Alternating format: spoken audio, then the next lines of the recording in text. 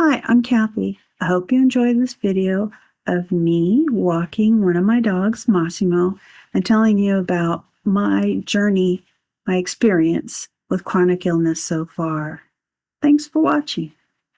So my journey started out in 2017. I had been working as kind of a dog daycare group attendant at a big boarding daycare facility for, I guess, probably close to a year at that point.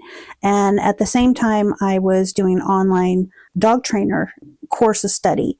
So I was just up to my ears in dogs and loving that side of it.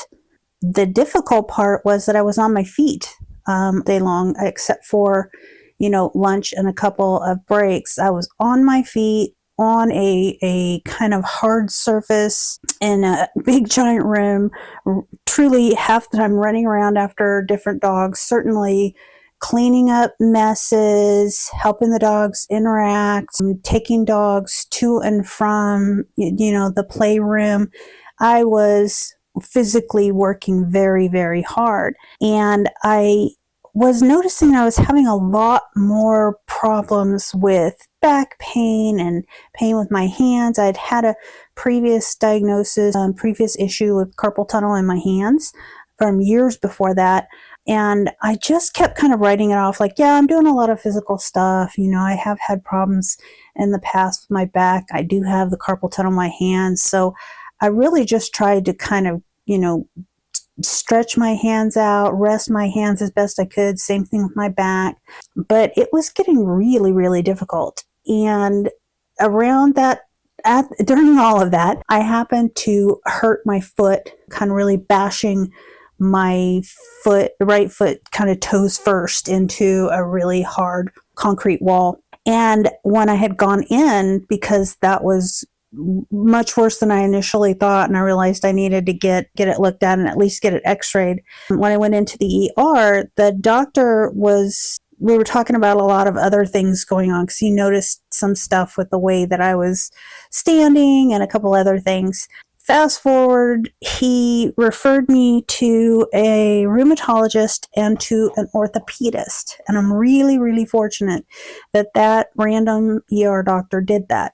Because what happened when I got connected with the rheumatologist was that he picked up on not only the way I was standing, the way I, taught, and the way that I had kind of explained the pain and the difficulties that I was having to the ER doctor, but I did this incredibly long questionnaire, which I'm sure many of you guys have done as well.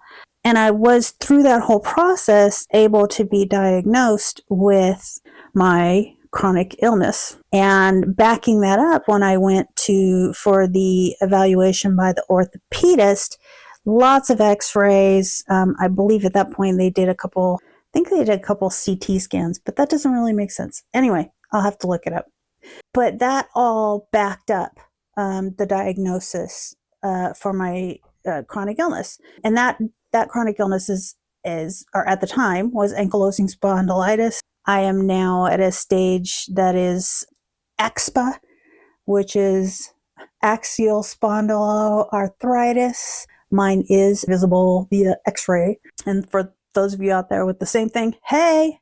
For those of you out there with different things, hey. So with that diagnosis, I really right away got, we discussed different treatment options. I jumped into physical therapy. I tried some injections in my sacroiliac area, basically really, really lower back. And really it really helped improve things quite a bit. Continue it going on from there. I go from there to finishing my dog training studies and becoming a brand new baby dog trainer. Not a trainer of baby dogs, but a brand new trainer. And the physical work just intensified because my first job was in a pet store. I was the only, in this small in this particular small store, I was the only dog trainer. And so when I wasn't training dogs, I would work the floor or work register. So that gave me a lot of opportunities to talk to people, and actually brought in dog training clients from talking to people on the floor. At first, I was a little suspicious, like, no, wait a minute, do you just want me to work registers? Is this really going to work? It actually worked. So there I am, working the register, stocking shelves. I'm running gradually more and more dog training classes.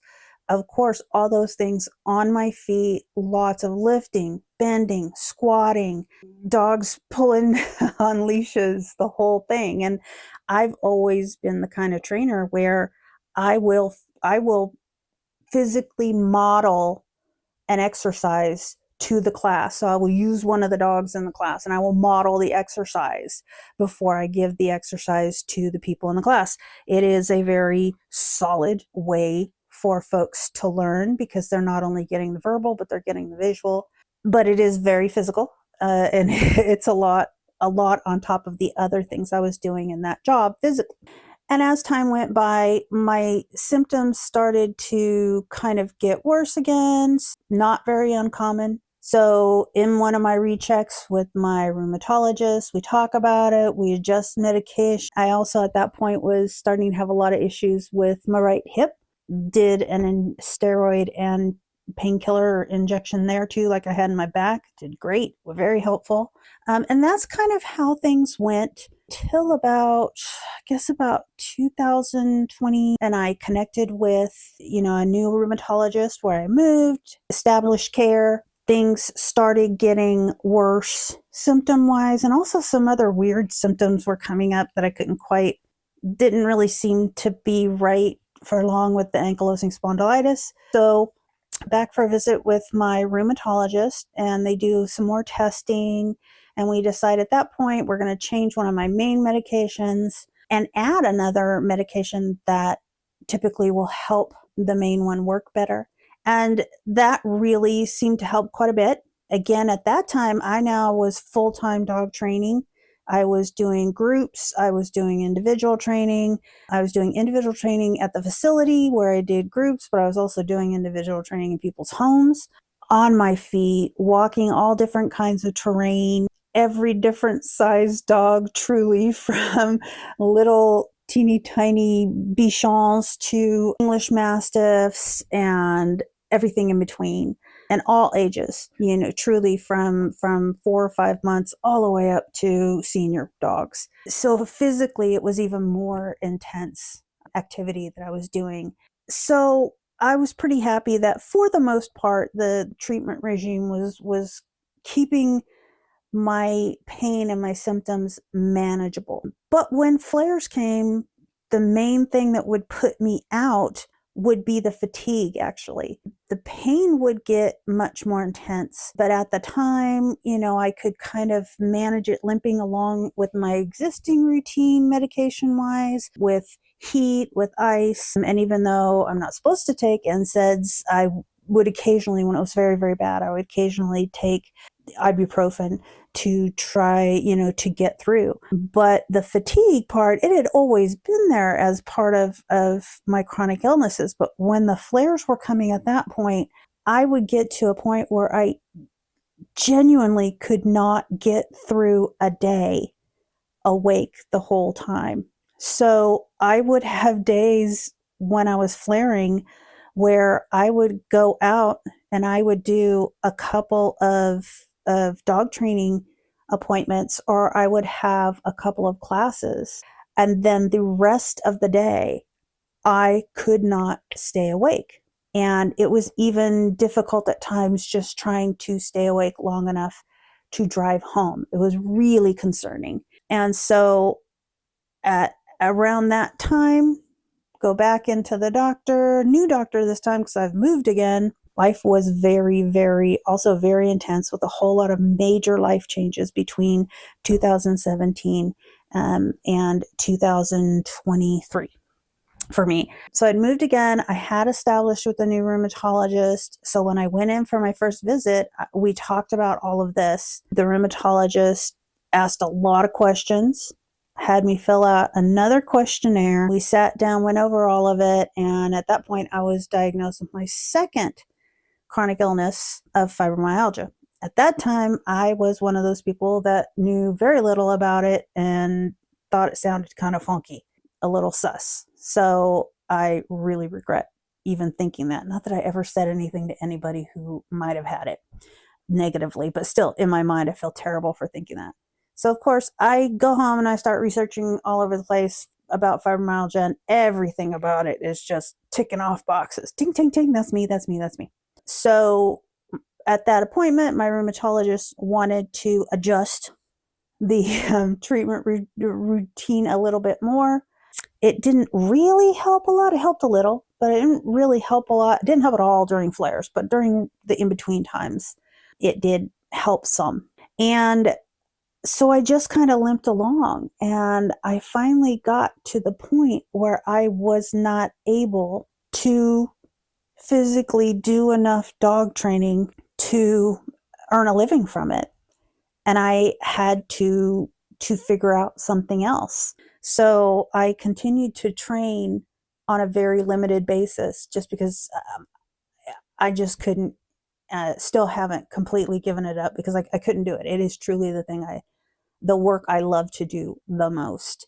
But I found, because my first career that I did for 20 plus years was in the clerical administration fields. So I took a part-time job, which was only 20 hours a week as a volunteer coordinator with a local nonprofit. I struggled so hard with working that job. And the first 6 months or so, I thought, okay, I think I can do this. I know it's going to require a lot of recovery time at home, and I'm going to have a hard time kind of having some sort of life other than work and recovery time, but I think I can manage it. From that point, though, it went downhill. And by the time I got to a year and a half, I just hit a really terrible wall. And physically and emotionally and mentally, I could not do it. I was in so much pain every day. I was in like a constant flare, and I'm sure this will sound very familiar to a lot of you, because I think at that point is where actually a lot of people initially get diagnosed, is when they're in, really, really gigantic flare like this. And I went to my doctor. I went to my primary first, and I said, this is where I'm at. I can't work. I cannot stay awake for more than about 3 hours at a time. And because of that, I don't sleep solidly through the night. I only sleep for a few hours at a time at night too, because I'm waking up in pain. And I'm really grateful. She connected me up with, I already had a rheumatologist, but she connected me up with PT and a couple other resources, and as well suggested that I look to getting into counseling, mental health counseling. And I had tried going back for a while when things first started to get rough around that 6-month point with the volunteer coordinator job, but that wasn't a good fit. And I hadn't gotten back to finding somebody, but I knew I was struggling emotionally and mentally too. So I found a new counselor who is fantastic. She kind of specializes in folks who've had trauma, and she also now she also specializes in people who have chronic illness. She's fantastic.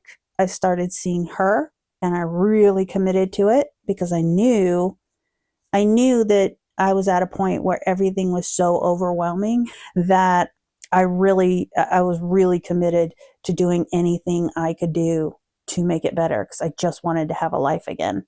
Between that, adjusting and changing medications, unfortunately not being able to work over the course of about 6 or 7 months, I guess it took about 6 months before I really felt like I could see the end of the tunnel in a sense.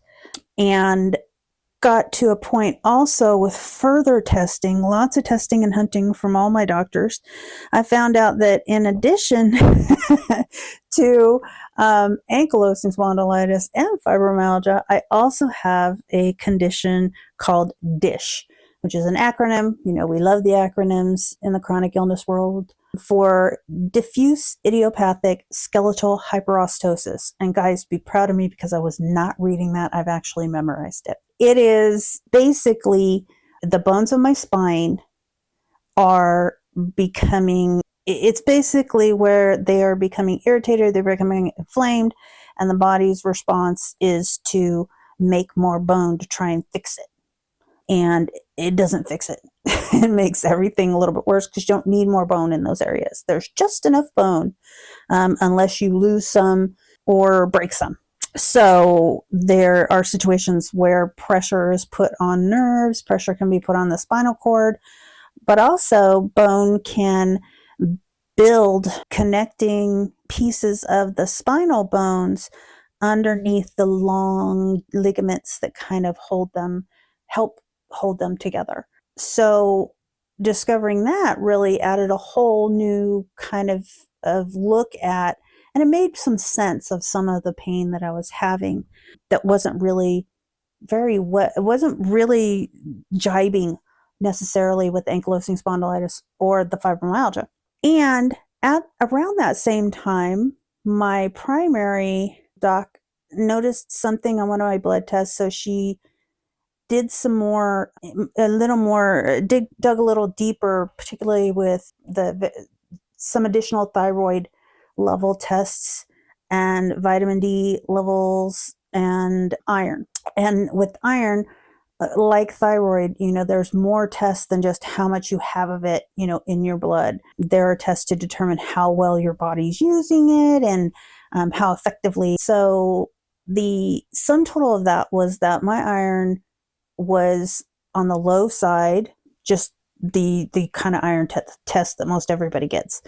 And that in addition to that, my body was not really able to access and use it, the iron I did have. So I was very iron deficient. And on top of that, my thyroid, which was, not severely low as far as the main test they do for it, the test they do to see how well my body is able to access and use it, guess what? Not good. And that is not good news in general, but the good news is it sure does explain how severe my fatigue kept getting. It would be, a little bit better when we made little changes, and then it would just go back to being, really intense. Got on iron, and vitamin D. I was a little low on vitamin D. Started supplementing iron, started supplementing vitamin D, thyroid, hormone supplementation, and that, along with the long recovery time that I had and the changes that I was able to make in counseling. I'll talk a little more in depth about that in another podcast. But all of those things finally kind of came together and got me to a point where, yes, I still have pain every day, but it's at a much more manageable level than I think it's been since the first year after I was diagnosed, which is a wonderful improvement. The fatigue is much, much better. Only when I'm flaring do I have those days where I can't get through the day without sleeping. And instead of sleeping 3 or 5 hours, I can take a nap for an hour or two and then get through the rest of the day normal and functioning and still be able to sleep at night. So all in all, things are fairly decent right now as far as all that goes. The tough thing is I'm still not able to work. I can only do the physical side, the dog training side, for an hour or two, maybe in a day. And I do have to spend a significant, usually 2 to 4 hours of recovery time after that. And even even things like desk work, computer work, things like that, I can do about 3 hours of that as long as I, get up and stretch and move around a little bit in between. But that's about it. That's the max for a day. And I need at least a couple hours of recovery time after that, even before I can, move on to other everyday activities. So that's a big issue. I have applied for disability and unsurprisingly was denied the first time. I now have an attorney, and we are in the midst of an appeal. I hope for good things from that. But that still, I've done research, asked a lot of questions, because my whole intention is to be able to work as much as I can work, even if approved for disability, because for me, that's a really important thing for me, for who I am. Even if it's just, 15 hours a week or whatever. So I will be, I will still be doing that. And of course, if I'm approved for disability, following all the rules on reporting that and limits and all that good stuff. And I'm really grateful that disability works that way, because it gives people the opportunity to still do work and feel good about being able to do work as best they can without making themselves sicker or, hurting themselves. And so that's where that's sitting. And we'll have a whole episode about that too, because there's just so much more to it than I ever imagined. And I have a feeling that all of y'all are kind of curious, if not in your own stages of applying for or dealing with disability. Similar thing with the mental and emotional health side of things. I'm sure many of you guys have questions. Many of you guys have wondered about things, and many of you guys are yourselves in counseling and have really great stuff to share. So there'll be a video on that as well. At this point, for the most part, I finally feel hopeful again that my life will still be a good life, even with all this. But it's very different, and I don't expect myself any longer to get to a point where I'm just done grieving for the things I used to be able to do, and the kind of dreams I used to have for this stage of my life. I know that there are going to be times where it hits hard, but thankfully I don't stay in that grief, in that sadness forever. If I allow myself to have it, if I allow myself to kind of think through it,